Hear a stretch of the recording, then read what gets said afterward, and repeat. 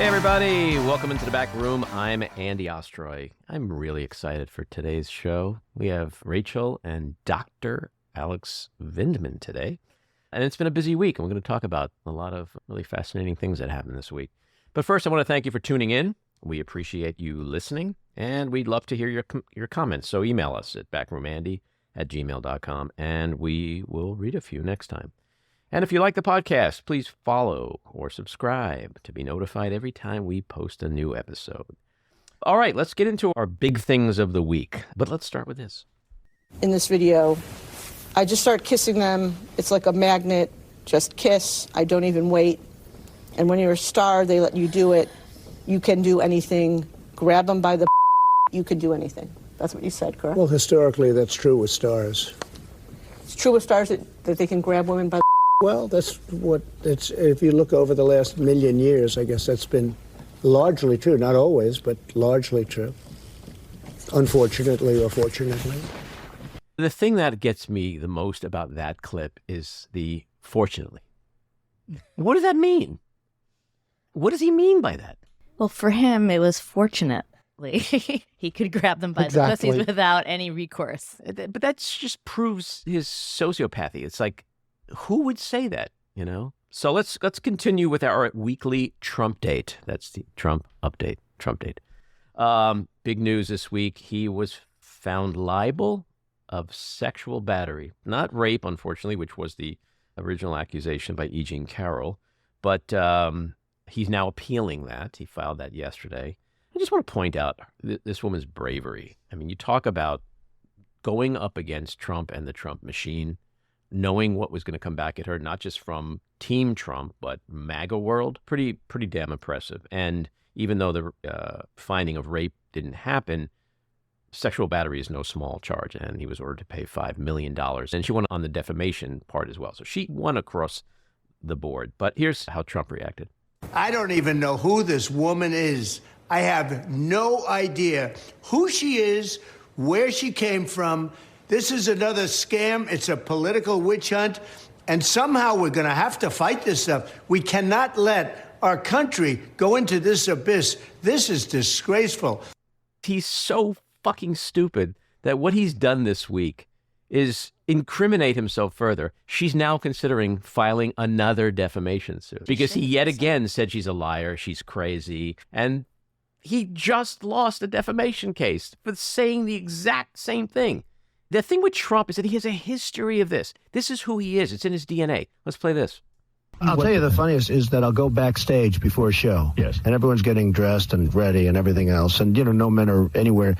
And I'm allowed to go in because I'm the owner of the pageant, and therefore I'm inspecting it. You know, I'm inspecting. Right, I want to make sure that like everything is good. You're there. Yeah, the dress. Is everyone okay? You know, they're standing there with no clothes. Is everybody okay? And you see these incredible-looking women. And so I sort of get away with things like that. First of all, he's talking about a beauty pageant where most of the contestants are underage. What is he inspecting? Why is he in the dressing room? And listen to how he describes his entitlement to do that. It really gives you a window into the world of a man who ultimately was accused of rape and was found liable of sexual assault, which is pretty damn close to rape. He hung out with Jeffrey Epstein on a regular basis, and this is just part of that crowd. You know, the thing that I get really upset about is when I hear the MAGA crowd say, this trial was rigged, the jury was in the tank for E. Jean Carroll, they hated Trump. If that was the case, how come they didn't find him liable for rape? So much of this just doesn't make sense. If they were really in the tank for him and it was really rigged, they would have just thrown the fucking book at him, and they didn't. All right, let's get to the big news this week. The big controversy, the CNN Trump town hall, with all the things to worry about. People are losing their fucking minds over CNN. Now, before we get into our little discussion, I just want to give a quick rundown of what took place at the town hall. But first, let's play this clip. Why you held on to those documents when you knew the federal government was seeking them and then had given you a subpoena to return them. Are you ready? Are you ready? Can I talk? Yeah, what's the answer? Do you mind? I would like for you to answer the question. Okay, it's very simple to answer. That's why I asked it. It's very simple you're a nasty person, I'll tell you. Can you answer why you held on to the documents? I was negotiating, and we were talking to NARA. No, that wasn't the Jerry Springer show. That was the town hall. You're nasty if you're a journalist and ask him a question, and you're nasty, or maybe even nastier, if you follow up when he doesn't answer the question. That's his definition of nasty. But let's do a rundown. Besides nasty, he was his usual 12-year-old immature juvenile self, calling E. Jean Carroll a whack job, Nancy Pelosi crazy, Mike Pence was a human conveyor belt, Ron DeSanctimonious, the black cop on J6 who shot Ashley Babbitt was a thug. People in Chinatown don't speak English. Democrats decide after birth which babies to execute. That's a quote. He wouldn't say if he would sign an abortion ban or after how many weeks abortion should be illegal. He took credit for Roe v. Wade's overturning. I did that, he said. He said he would separate immigrant families again. He wouldn't say if he would accept the results of the 24 presidential election. He said Georgia's Secretary of State Brad Raffensperger owed me votes. He said the United States in the debt ceiling crisis should default. Of the big lie, he said only stupid people don't believe the election was rigged. On January 6th, he said it was a beautiful day, that rioters had love in their heart. He lied about the National Guard. He lied about the timeline in terms of when he told his people to get the hell out of the Capitol. He said he would pardon most of the rioters, and he wouldn't say that he would not pardon the Proud Boys and Oath Keeper leaders Enrico Tarrio and Stuart Rhodes. He defamed E. Jean Carroll again. And what was really unconscionable is how the audience laughed when Trump mocked a woman getting raped. That audience was just disgusting, absolutely disgusting. On the Mar-a-Lago classified documents, he said he had the right to take them, that he automatically declassified them. When asked, did you show those classified top secret documents to anyone? His answer was, not really. Not really. Think about that for a second. He wouldn't say whether he wanted Ukraine or Russia to win that war. He wouldn't say if he'd continue funding and arming Ukraine. He wouldn't say Putin is a war criminal, even though the International Criminal Court in The Hague has issued an arrest warrant for Putin for war crimes. Just an astounding array of lies and deception and dangerous rhetoric, which gets us to the question at hand. Should CNN have had this town hall? The short answer to your question is no, they should not have done this town hall. And the reason they shouldn't have is every single incredible lie you just listed was 100% predictable. So what did CNN do? They put Caitlyn in front of him with no available tools at her disposal to actually combat this. But she did as best she could. And I don't think she's bad, but I think that she was ill-prepared. They apparently prepared for this for weeks, and she had no response to the thug comment, no response to killing babies after they're born. She didn't even pick up on things which could have been big news. He actually said that he talked to Putin about him invading Ukraine while he was president. And yet that just went out into nowhere. So if you and I could have sat down and made a list of every lie he was going to tell, why didn't they have chyrons to dispute this? Why didn't they have audio clips to show testimony disputing exactly what he said? And then what's even worse, they stacked the audience with people who were supposedly going to be at least half undecided, yet 9 people spoke and 7 had voted for Trump in 2020. This is preparation for a disaster. And a lot of media critics have pointed out that this was supposed to go longer than it actually did, and they cut it short. And the theory is, and I think it's probably accurate, that CNN saw it as a train wreck. Now, on the side of the people who are defending CNN, they're saying, well, this is journalism, and I get that you need to report on Trump. But why have a town hall before the primaries? They're months away, so he has 90 minutes to speak. And you've actually handicapped all of these other Republican primary candidates because you've given him a 90 or 60-minute ad. Wait until you actually have a primary. You can have a town hall with all of the people who are going to participate.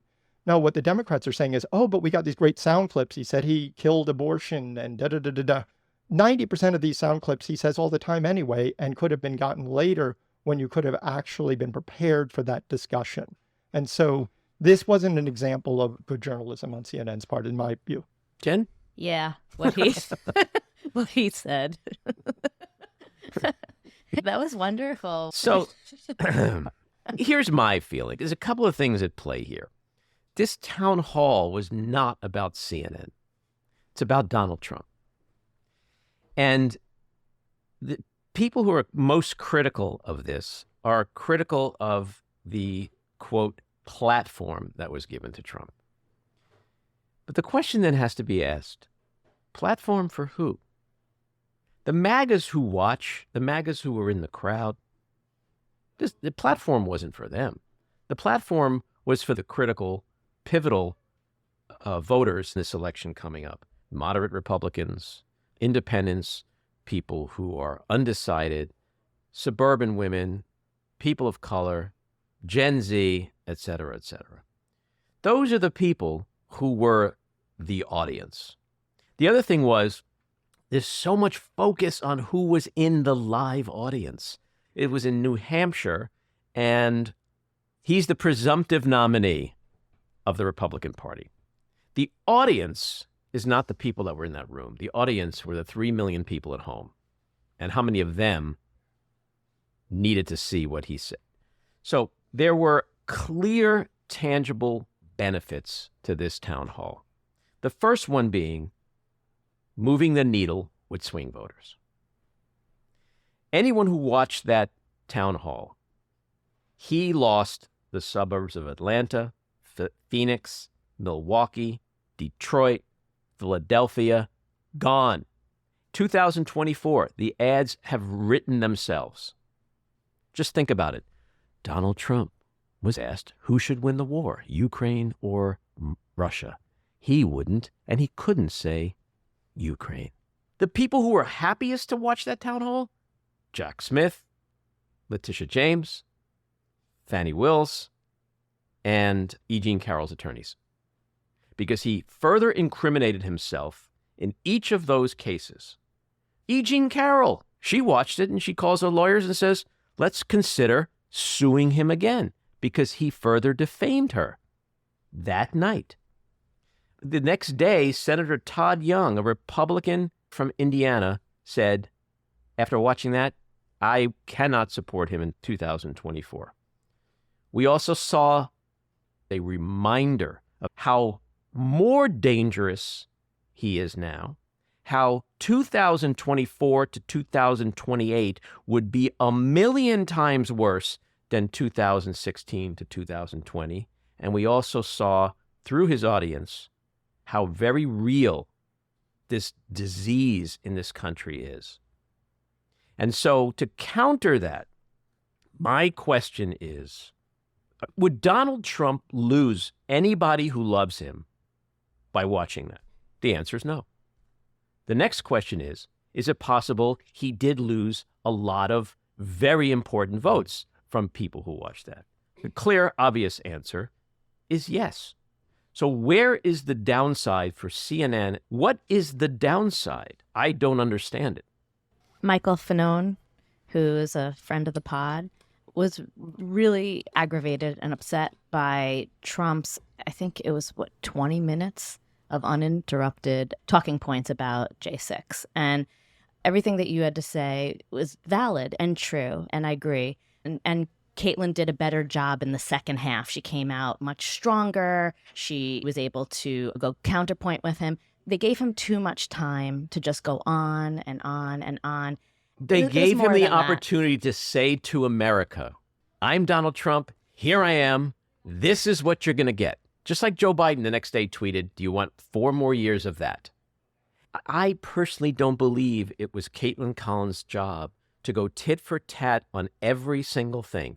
She did a noble job with what she had, with a psychopath who just is untethered to reality, untethered to the truth, nasty, belligerent, cruel. But the audience makes up its mind, and the audience were the 3 million people at home. I think we have to look at who is he planning to talk to when he talks, and it's his base. And he spoke perfectly to his base. Great. They love what they heard. Great. And so they're putting him up for an hour to his base without the other candidates that will be potentially in the primary. So they're basically giving him an advertisement for his campaign, which is what Dan Rather actually pretty much tweeted. And this is not beneficial to the democratic process. But town halls are not debates. They're going to do town halls with all the other candidates if there are candidates. Tim Scott, if he's a candidate, or Nikki Haley, they will get their town halls. they're not going to be for potentially months. And but they're also not the front runner. Well, now they're completely cemented out of it. As our friend of the show, Rick Wilson, said, he said, oars up, it's done. There are two people who are also friends of the show. Ted Lieu, congressman from California, Eric Swalwell, congressman from California. Ted Lieu tweeted, quote, "Some people think the town hall was a debacle for CNN, but it was definitely a gold mine for Joe Biden and Democrats. We are going to highlight multiple Donald Trump statements at the town hall from now until November. This presidential election will not be close." Eric Swalwell's tweet, quote, "To those constantly fretting about Joe Biden's approval rating or his age, CNN just gave everyone a reminder of what the alternative looks like." These are two very smart people. These are two very you can't get more anti-Trump. Eric Swalwell sued Donald Trump. You cannot get more anti-Trump than these two. And I think they're looking at it from the right perspective. Anyway, let's try to get through our winners and losers real quick.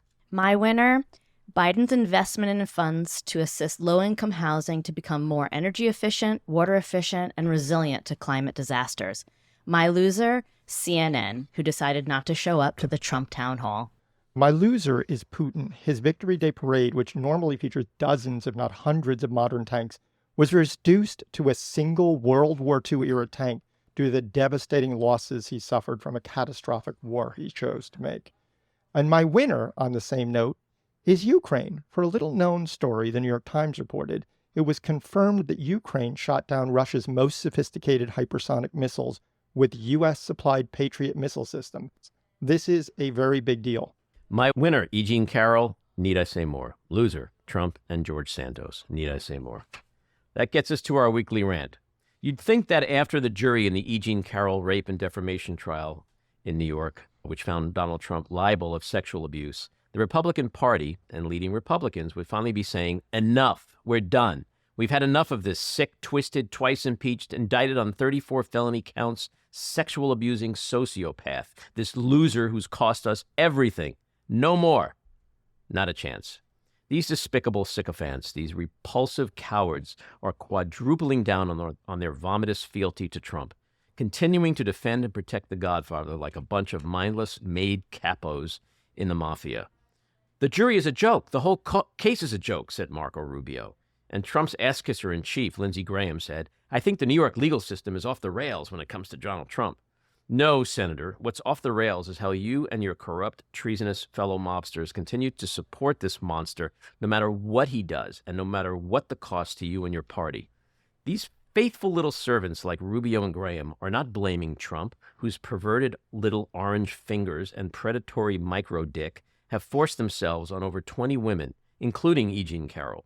They blame the jury, the trial itself, the judicial system, the courts and judges and district attorneys and attorneys general, and the Department of Justice and the FBI and Democrats and never-Trump Republicans like Liz Cheney and Adam Kinzinger and Brad Raffensperger, and the media, which they claim all continue to conspire together against Trump in one big-ass witch hunt after another.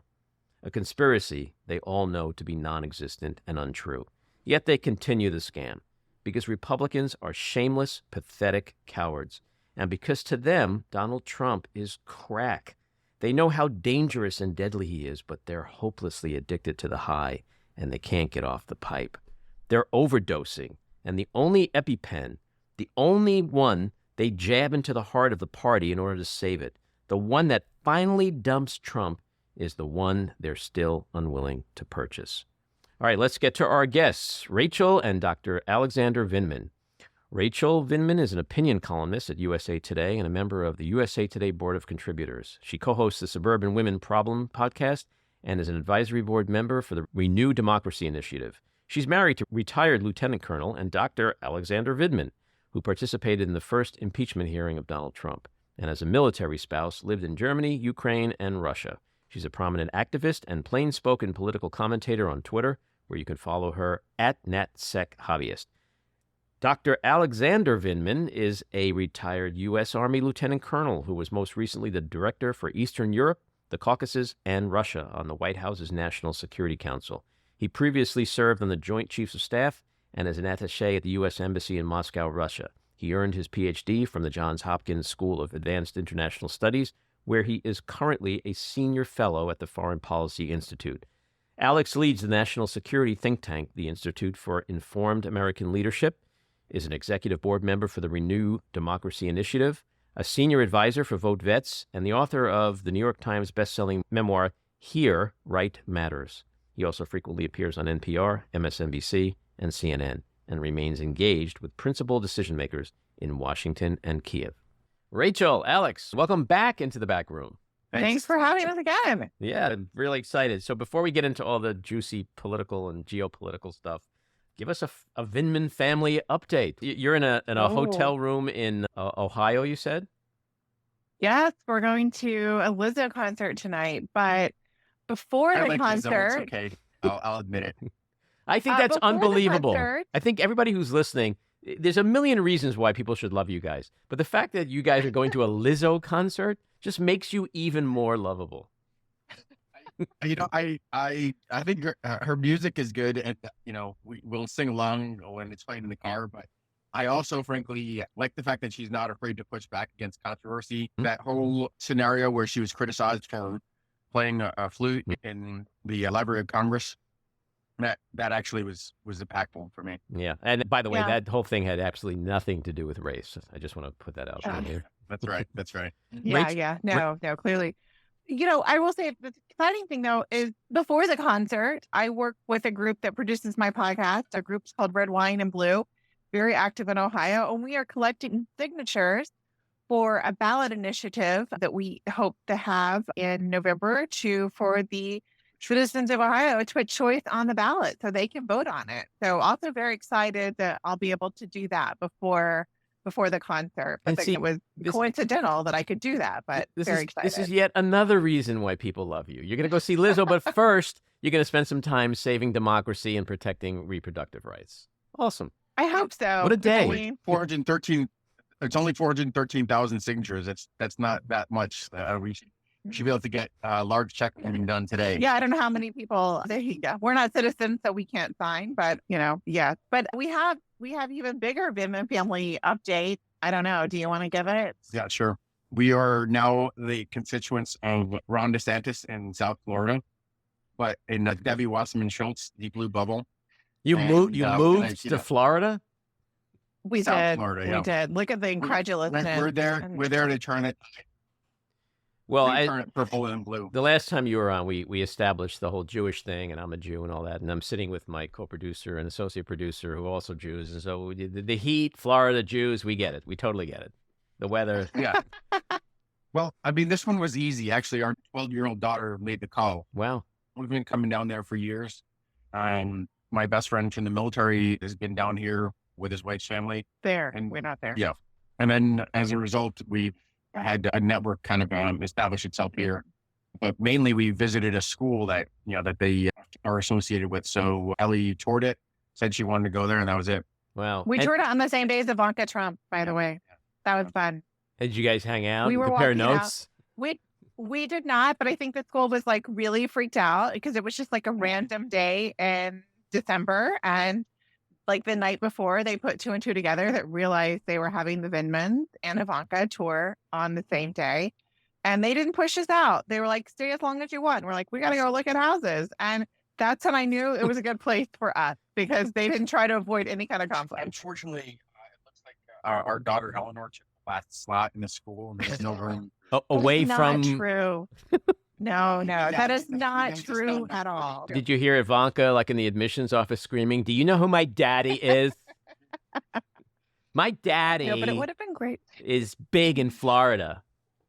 Yeah, big league. Big league. He's bigly. That's awesome. He's bigly in Florida. By the way, Rachel, you have to do us all a favor in America. You have to take video of Alex singing along to Lizzo. Okay, yeah, I will, for sure. No, I'm going to play it cool. All right. Somehow, I don't think you're going to be playing it cool tonight. I think you're going to be all out there. You're going to be doing it. No, you're going to be like, woo! You're going to let it go at the concert. Yeah. I don't know. We'll see. My daughter will get me into it, I'm sure. And so, how is the 12-year-old? She's happy. She's moving to Florida. She's good. Yeah, that's great. She's sitting in the closet at the hotel right now because we told her she had to be quiet. So that's where we are. Our daughter's in the closet, but like literally. She's good. She's adjusting. It's frankly, the school is superb, a lot more rigorous. So higher expectations, but that's kind of education. So you're living there now. You're done. You're out of Virginia, I think is where you were living. Right. And so how do you... We sold our house in a day. Metaphorically or... No, it really, like, we put it on the market and it sold in a day, and we're like, should we go? And we were like, let's just do it. So we decided to move a lot earlier because we had the opportunity. But sometimes life is like that. You just jump when you have the chance. Now, Florida traditionally has a lot of pros, but now they have a lot of cons. Like, how do you square your move with moving to DeSantis country? Florida's an ugly place right now. It is. It is. I think we're in a nice spot with a, frankly, far more open-minded cohort than other places in the state that are, maybe even, I would say, regressive. That's not the case for where we are in South Florida. And people on a personal level are actually, in general, pretty good. It's when politics seep in that things become challenging. Right. And but you have a good conversation. Yeah, with people. I've had good conversations, folks that are Trump supporters, folks that are not Trump supporters. And I think it's a good place to be to maybe drive some positive change also. I plan on doing, we have a new house, we've ordered furniture. It takes months to get it. Everything's still really crazy in that regard. And after that, when things settle down in the fall, we hope to host events. And we do live in a place where there's a lot of support. But if that's the case and we want there to be change, we have to be agents of that change. So and sounds like it's an open invitation for people to come to our house. Yeah, maybe not everyone, but we will. I mean, that's okay. Everyone would be welcome. We hope to see where we can plug in. Also shine a spotlight on some of the real dangers of Ron DeSantis. And I mean, just before this, he signed a bill that made it legal for-profit insurance companies to deny, based on moral, ethical, or religious reason, to deny coverage to people. So, that's something that needs to be highlighted. And classified as travel. Yes, it's travel's all classified, so you won't know who's paying for it. Yeah, I saw that. When he doesn't actually run for governor. He's a fascist. I mean, he literally is a fascist. He's his own worst enemy. Would you like to tell a story or share the story of who you might run into at airport in Florida? So I think the fact is things are not what they seem in media. That was validated this weekend, actually. Those Fox News revelations in the Dominion trial where the personalities were talking about how much they disliked Trump and they didn't believe what he was saying, any of his lies, but were freewheeling and spinning those lies publicly for consumers that would buy into it. That was validated. I ran into one of the key personalities and it was very, very cordial. Handshakes exchanged, some admiration expressed, something to the extent of, I know we tangled a little bit, but that's just the way it is. It wasn't a surprise that these people didn't believe kind of nonsensical conspiracy theories, but were self-serving and promoting them. It just validated that. Alex, why don't you give us an update on the war, Ukraine, maybe speak a little bit about the Republican reaction to it all and this movement towards limiting aid and support to Ukraine and the love that they seem to have for Putin and Russia. Let me start with the tactical and kind of zoom out from there. This long-awaited counteroffensive by the Ukrainians looks like has kind of kicked off in the past couple of days. And the Ukrainians are kind of liberating territory, hard-won territory that the Russians have managed to occupy over the past 11 months around the city of Bakhmut. The Ukrainians have quickly kind of started to liberate that territory. Right now it's to depths of kilometers. The Russians were fighting over really inches and making tiny, tiny gains. The Ukrainians, over the course of the past couple of days, have liberated kilometers. And this is just the beginning of a counteroffensive. Whether that's the focal point for this offensive, it's unlikely. It's not strategic ground, but it's likely to suck up a lot of Russian resources, pull up what are called reserves, the kind of the forces that the Russians would use in other areas that are much more strategic would be sucked into Bakhmut, giving the Ukrainians more flexibility to attack elsewhere. Although the Ukrainians have already started to demonstrate that they'll do pretty well, this is not something that we should be watching on an hourly basis for major changes. This is going to unfold over weeks and months. We'll see this counteroffensive kind of run through the fall with significant Ukrainian gains, is my expectation. There are a lot of folks that are dubious as to whether the Ukrainians could break through Russia's defensive lines. I'm not one of them. I don't think that Ukraine has been armed to achieve strategic wins. It's not going to break the back of the Russian armed forces. Unfortunately, it didn't receive sufficient planes, ammunition, cruise missiles, all those types of things that I've been calling for.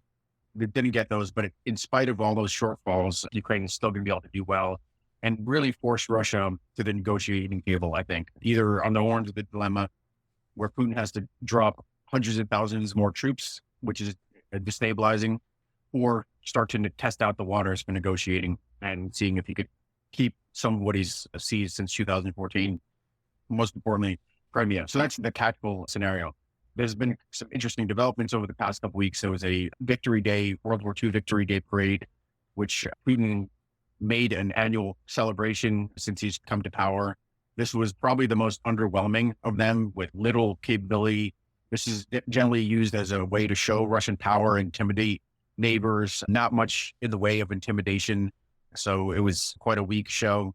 And then just days before the attack on the Kremlin itself, which there's a lot of kind of back and forth on who was the culprit behind it. I contend it was still likely Ukrainian security services, Ukrainian intelligence services, or a Russian opposition enabled by Ukrainian security services, rather than some sort of false flag by the Russians. A false flag is a pretext for escalation. Russia doesn't have a means to escalate. It's not saving magic tricks for an escalation. So that doesn't make sense with me. It just shows the weakness of the Russian state in being able to defend its most strategic targets. So going out from there now, some additional capabilities coming in from the UK recently, these long-range attack systems, these Storm Shadow cruise missiles that give them the range to go after Russian air bases in Crimea, go after this Kerch Bridge, which is kind of a lifeline to Crimea. Those are important capabilities, and potentially open up other donors to offer similar capabilities, and maybe even U.S. ATACMS, these long-range missiles that we've been talking about for months that the U.S. government has been reluctant to offer, mainly because of a really, frankly, a poor assessment of the real risks of escalation. So we don't want to give something because we don't want the Russians to overreact. But the fact is that the Russians don't have the means to react, so there's no likelihood of our overreaction. But it's arresting our ability to fully support the Ukrainians and try to realize a short war rather than long war. And then the last thing I'll mention on this one, working our way out to Putin's desires and ability to sustain this war. This year will be tougher. I think the buffer he had last year for his economy with extremely high oil prices is not going to be there this year. All the sanctions that we put on were kind of eased because of high oil prices. That's not going to be the case. There's a cap on oil prices. It's not going to allow him to generate the kinds of budgetary resources to provide pensions and provide services for the population, as well as sustain a large-scale war effort. So there's going to be pressure coming from that end. Russia continues to be isolated, and the blows that it's about to suffer on the battlefield are going to be the most important impact. That's going to be reasons for him to start to wind down the war. But unfortunately, we have a Republican Party and a Republican establishment represented by the far right that is actually giving him a lifeline. It is offering the possibility that all he needs to do is hang on through the end of 2024, and then he could have a much more favorable Republican establishment, whether that's represented by Donald Trump or Ron DeSantis or some other fringe Republican player. There's an offer, frankly, for Putin to hang on that is being extended by the Republican Party, which is deeply disturbing. All the pressure that the U.S. and the Ukrainians are doing to try to wind down this war, the Republicans are undoing with regards to offering this lifeline. And that's something that we'll have to contend with as we go through the primary season and the election cycle. And there'll be voices denouncing this kind of anti-U.S. national security approach. But it is still something that Putin's going to pay attention to and probably respond to and extend this war for. And he's been getting some pushback internally too, right? I wouldn't overstate that. As one would expect in a war that's going pretty well, there are going to be voices emerging that are critical, but these right now are not powerful opposition voices. The person that's been critical is a guy named Yevgeny Prigozhin. He runs a state-sponsored private military company, and he's been critical about the lack of support that his PMC has been getting in order to seize the city of Bakhmut. But he's well under the control of the state. Maybe not all elements. The traditional defense and security apparatus has a slightly more tenuous hold on him. He's critical of the Minister of Defense and the Chief of the General Staff, the senior most military, but he's under the control of Vladimir Putin. So not a real threat there, but there's starting to be some kind of internal struggles for power, really is what it comes down to. And is that just heightened by this war? He's had to manage factions throughout his career, usually between technocrats and the kind of the power structures, his own roots at KGB services type thing, or FSB, or the follow-on to KGB. But he's very, very effectively suppressed opposition, especially kind of the liberal opposition. So he's very skilled at doing this. And now it's within his own ranks to a certain extent, but I don't really see a major threat yet. I think as this counteroffensive unfolds and things become more challenging toward the end of this year, we could see some of that factionalism emerge in a much more robust manner. And what about the Russian people? Are they fed up yet? Is there any real opposition there? No, they're just going along. No, he's still quite popular. There are, again, arguments about how firm the support is behind him. Polling indicates that he's quite popular at the moment. There's arguments that, it's an authoritarian regime. People are scared to kind of speak otherwise. So it might be softer. That's probably likely true, but he still enjoys kind of majority support. And I don't think he's under real pressure just yet. Again, all these things are going to start to converge towards the end of the year. And that's why he's likely to probably start to consider the negotiating track rather than protracted war that could further destabilize, the most important thing to him, which is his regime. And do you think the media portrayal of what's happening in this war is fair, is accurate, that the developments that occur were portrayed in a realistic way? It is what it is. I mean, it's the 24-hour news cycle. So basically it's like bipolar swings from euphoria to kind of disaster based on what's going on in that 24-hour period, which is pretty absurd from a kind of a defense and national security standpoint. You don't look at kind of one, a small moment and determine that's the trajectory of the entire campaign from that. So, but it's just the nature of the way things are. We jump from one thing to the other. In reality, that if you take a step back and you look at trend lines, it's pretty clear how things are developing. What we're missing is better analysis, maybe longer kind of segments on things that are truly important. It's hard to cover everything from a national news perspective. That's why, local news was so critical. Historically, they could cover the kind of local stories pretty effectively, and the national news could cover the national news. Now, the national news, because of consolidation, has to do everything and jumps from one thing to the other in, 4, 5, 6 minute segments. We don't have kind of in-depth analysis of the 3, 4, 5 critical things that are, not just the issues of the day, but the issues of the week and month and so forth.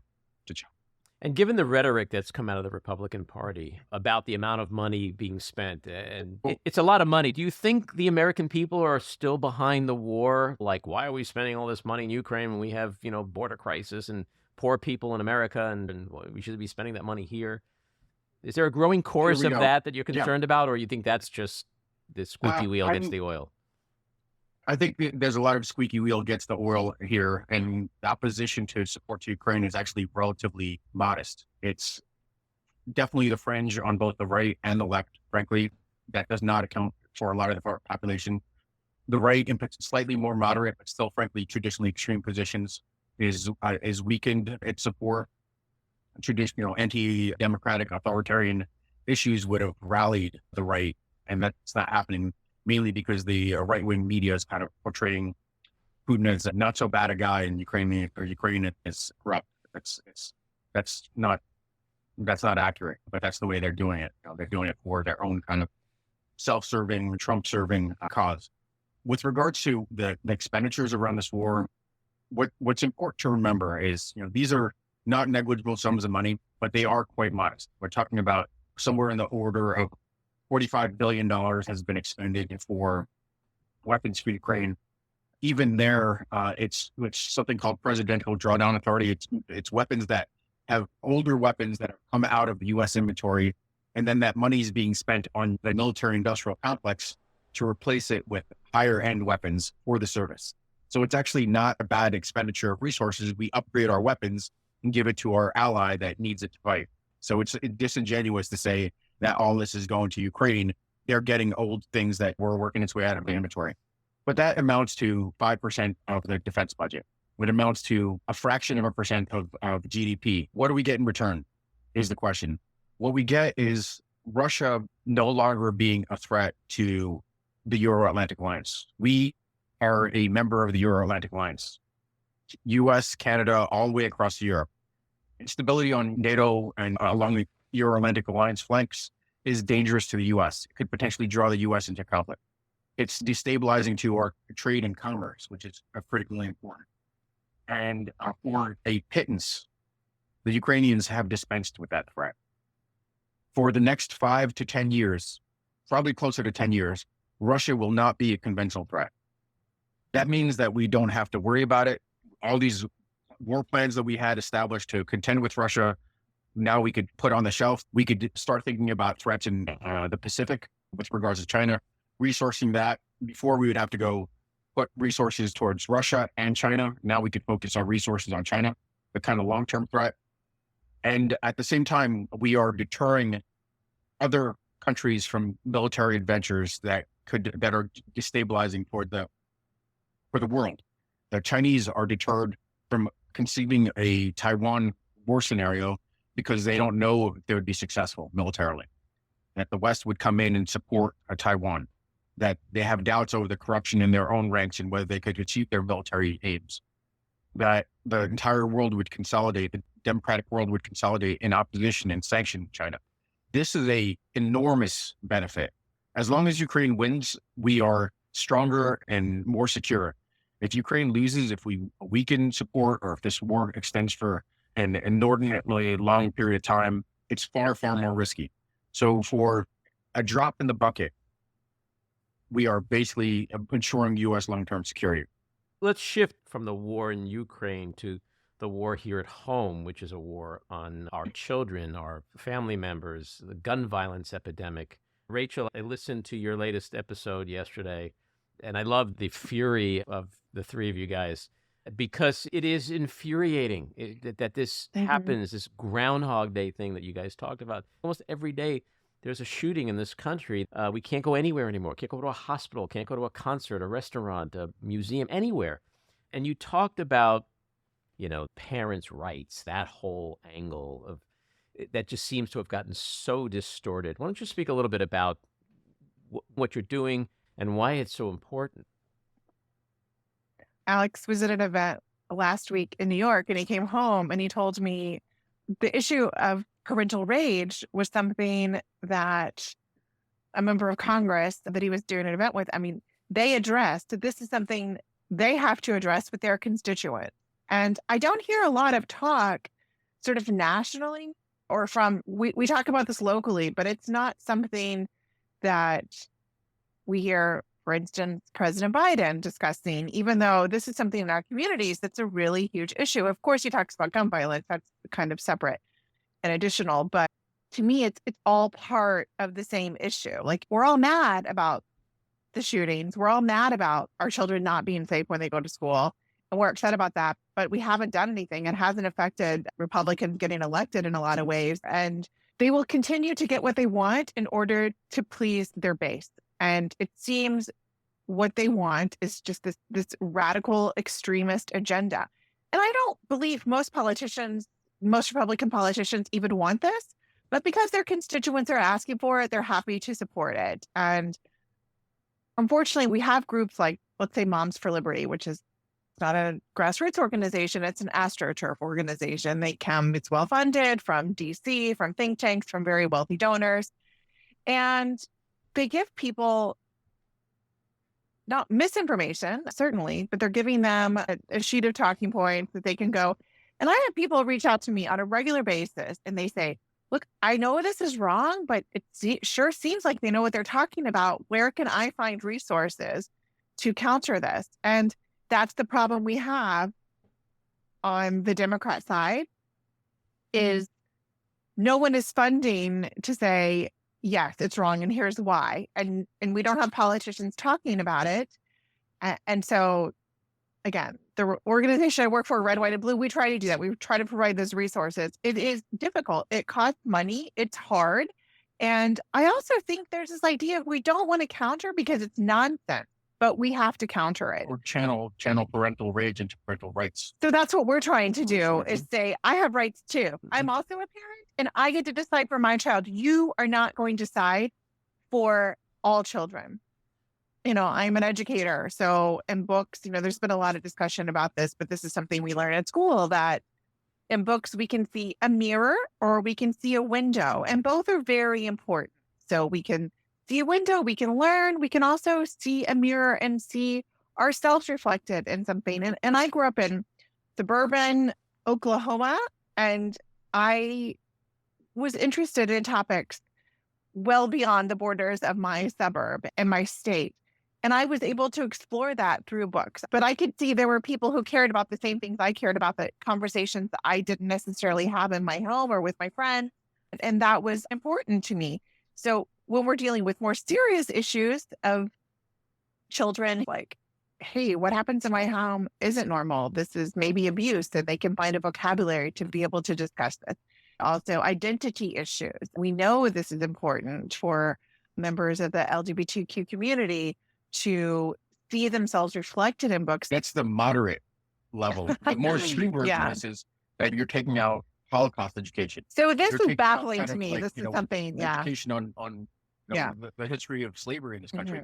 These are mainstream issues that are now being attacked by these movements. It's just like that's the hypocrisy. There's such a hypocrisy in the, someone like DeSantis in particular. The parents should have the decisions, but yet at the same time, he wants to tell the parents what books their kids can read, what bathrooms they can use. It ends up being they just got a bunch lot of of bullshit. traction. It is a bunch of bullshit, but they got a lot of traction with it on the trans rights, on the bathroom stuff. Glenn Youngkin got elected in Virginia when we lived in Virginia, and he got elected on the parental rage issue. I mean, Terry McAuliffe was not a good candidate. I don't think his heart was really in it.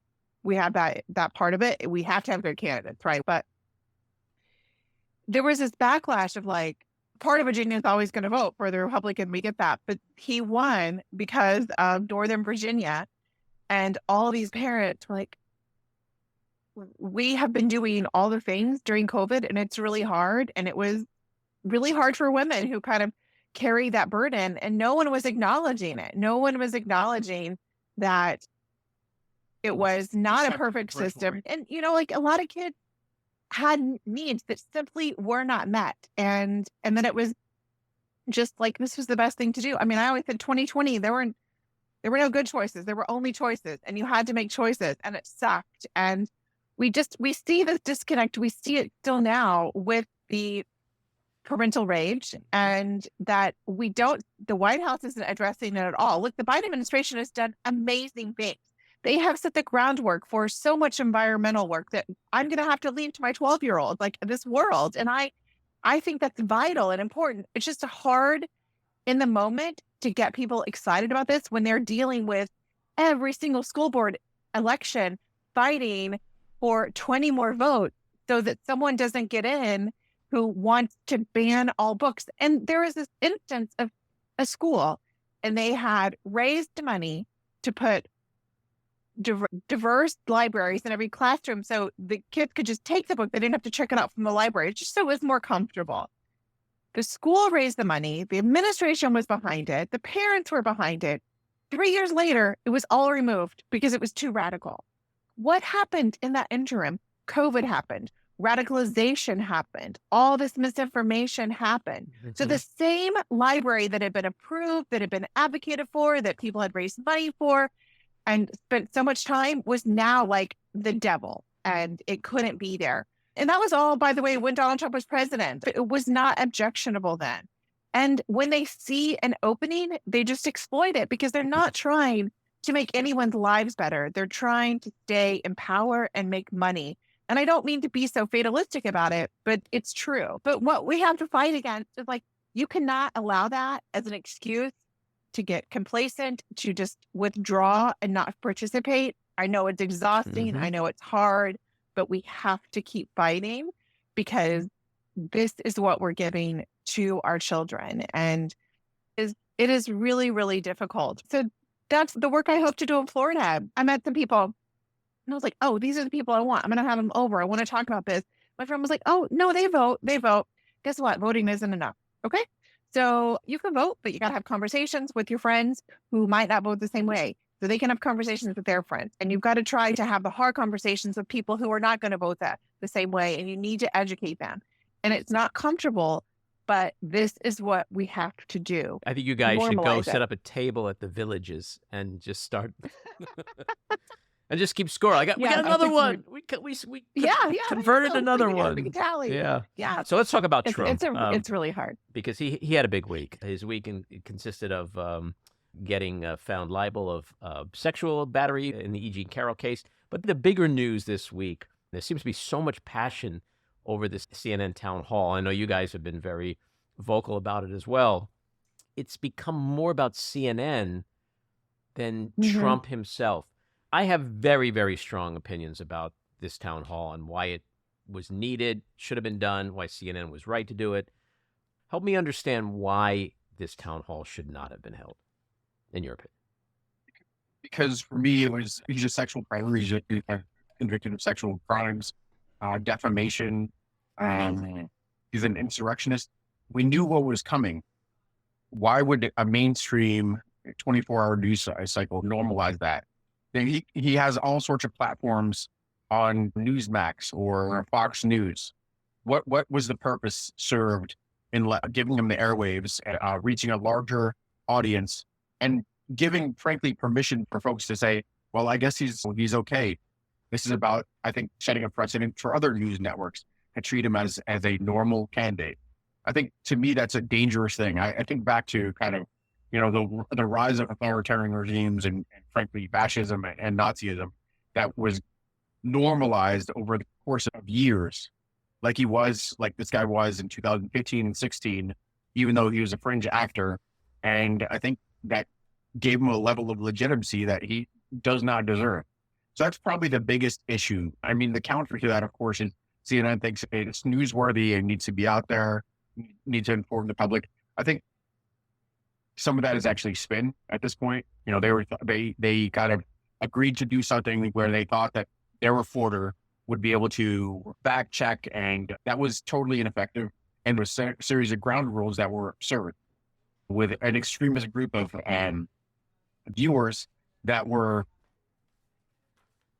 enjoying the spectacle, enjoying the abuse of some folks that were already victimized. I think it's just biased, unfair, and driven by profit.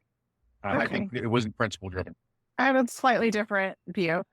First off, I would like to say I like Caitlin Collins. I don't think she was the right person for this. I think there are very few journalists in the United States that could handle him, but I think a different forum would have been better. The problem with the whole thing, I think, started when they pitched Trump World, and then the negotiation is at that point, not so favorable. Although apparently MSNBC pitched him too, and I'm sure that was maybe a non-starter because they were going with someone, Rachel Maddow, or someone who, Allie, maybe, who could really punch back. I mean, the audience was also, there was an energy there that was very favorable for Trump. And that's just something that cannot be afforded to him going in. For me, Andy, I'll be really blunt. It's hard for me to even zoom out and be impartial because I was forced to confront the reality that Trump will likely be the nominee, and I've been in denial about that. And for a lot of reasons, I think it's bad for our country. But for me, for our family personally, it is really simple. Another Trump presidency means we would likely be political refugees. I know what he is capable of. I know what he's going to do. He will absolutely seek all kinds of revenge on many people. My family will be one of those groups. So it's very personal. And then it's difficult for me to look beyond that, really. And that was my being upset. But I sent a lot of messages to people who are my friends who disagreed with me. And I just told them, we might disagree, but we're still on the same team. And I'm not going to get hung up on this. I continue to be disappointed in CNN. Look, if you think you did the right thing, let it stand on its own. Don't hit me over the head and tell me how great it was. If I disagree, I disagree. Let me come back organically, but don't just continue to tell me that you did a great thing. And also don't make the news. But Donald Trump is totally capable of making the news. I think they made some missteps. And obviously the Carroll verdict was earlier in the week, and that was way before any of this. But I don't think Caitlyn is ready for it. But I think it's a business decision because they want younger viewers. They need younger viewers because no one is like subscribing to cable and watching CNN. So they need people in her demographic. And that's probably why they chose her. All makes sense. She just can handle Donald Trump. And most people can't handle Donald Trump because he just spews. He's so practiced at this. He's almost 80 years old. In his entire life, he just lie after lie after lie. Who can counter that? I can. If you're out there, Trump, listening to the back room, please come on this podcast. I think that you could. Would we have some fun? I think that a lot of people could not. So I think the issue. That's my thing, and I think the main issue, and I'll sort of broaden it by saying we're kind of all in that same boat. We don't have that same personal family. Like, I don't sit here and think, okay, if Trump becomes president, he's coming after me personally. And I can certainly appreciate that being a major concern of families like yours. But in a sense, we are all in a similar boat. My daughter doesn't have the same reproductive rights anymore because of Trump. If he becomes president, he literally will go off the fascist deep end. And in my family and yours, and everyone will be living in an authoritarian state, which is a horrible thing. But I guess the thing I struggle with isn't putting him out there like that front and center right now with everything else that's going on. Also, the same week that George Santos is indicted, isn't this so good for all of us to say, this is why we can't let this happen again? You know, there were people like Eric Swalwell and Ted Lieu who have both been on this show, and those guys hate Trump more than anybody. Eric Swalwell sued Trump. They saw the benefit from an advertising standpoint, from definitely. I think Eric Swalwell said something like, if you think Biden is so bad, if you watched CNN the other night, you realize what the alternative is. Isn't there value in keeping him out of that Oval Office to just sort of, okay, Mr. Trump, here's your 60 or 90 minutes, go for it? Yes. Because the answer is yes. Did he gain any voters that night? Is there anyone who was on a fence who watches that and goes, "That's I sat out 20. I didn't vote for him. I voted for Biden. But after this show, I'm in."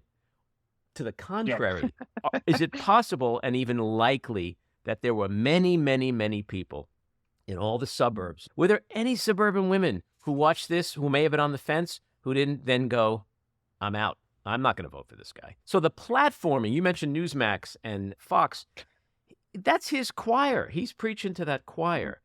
Is it logical to have him on a CNN preaching to those people who really are the ones who are going to help you and me and everybody else keep him out of the Oval Office? Yeah. So I think, this is a very persuasive way to look at it. From my perspective, it's also a bit transactional. We've seen now as the result of his own self-destructive nature, and it's going to probably have some significant effects in terms of attack ads, relating to their public at large, but, from a principled basis. And, I look at things kind of from a principled basis. I think it was a mistake for CNN to do this and to give a platform to do that. And that's the starting point, that we shouldn't have, our marquee, our principled news outlets give platform to these types of folks. That's the going in position. It's a values-based consistency in the way I look at the world. I was critical of CNN ahead of time and also during the spectacle, but I could let it go. I think there was a lot of hate to be made from this based on his own self-destructive nature, and we'll take it from there. I just don't think it's good for mainstream media to treat him like any other candidate when he's not, when he's a hazard to everything that those outlets kind of espouse as their guiding principles and values.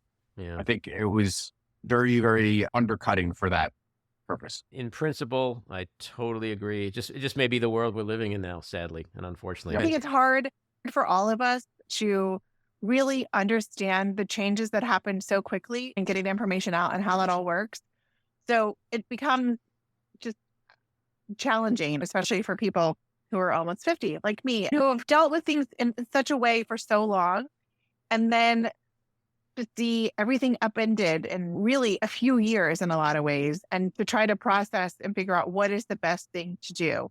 And what was sort of especially unappealing to me about the CNN thing, if you think it's the right thing to do it, but let it stand on its own. Mm-hmm. Let's not defend it and tell me why it's great. Let it stand. If after the fact it worked out, I'm going to say you were right and I was totally wrong. And that maybe that was a turning point, but it's really hard in less than 24 hours later to just keep tooting your own horn and keep saying how great it is. And I think we have to look at the rest of the country, not just the DC world, to truly understand. And that's only going to come with time to be able to understand it. And we don't have that perspective yet. But I think it's done. We need to calm down. We need to move on, as Alex. We need to make hay while the sun is shining. And that means we can't get tripped up on this anymore. It's been 36 hours. Let's go on with our lives. And we have really important work to do. And there's Lizzo. Yeah, absolutely. We still have to enjoy Lizzo in the meantime, who, by the way, at her Tennessee concert, she had drag queens come and dance. So I don't think she will do that here, but I like that a lot of artists are making political statements while they are not thoroughly political, but they're making statements, and I love it. Well, I know you guys got to go. Thanks again for coming on. You've been generous with your time. I look forward to our next conversation. Have fun at Lizzo and get those petition signatures. I am. And pictures of Alex dancing. Yes. Thanks so much, Andy. All right. We'll post them. Take care, guys. Enjoy. Right. Bye. That's episode 73. If you like what you've been hearing, and even if you don't, let us know. We appreciate the feedback. You can leave us a message at 845-307-7446. Email us at backroomandy@gmail.com or tweet to me at Andy Ostroy. And when you listen, please take a quick moment to rate and review because it's very helpful. And if you do like the podcast, it's also helpful if you follow and subscribe because you'll be notified every time we post a new episode. I want to thank my co-producer, engineer, and editor, Matty Rosenberg, associate producer, Jen Hammoud, Cricket Langell for our artwork, Andy Hollander for our kick-ass music, Patricia Wynn and the Epicurean for the Backroom Studio. And a big thank you again to our guests, Rachel and Dr. Alexander Vindman. So keep your eyes on Washington, Hollywood, and your own backyards, and we hope you'll join us again next time. Have a great week.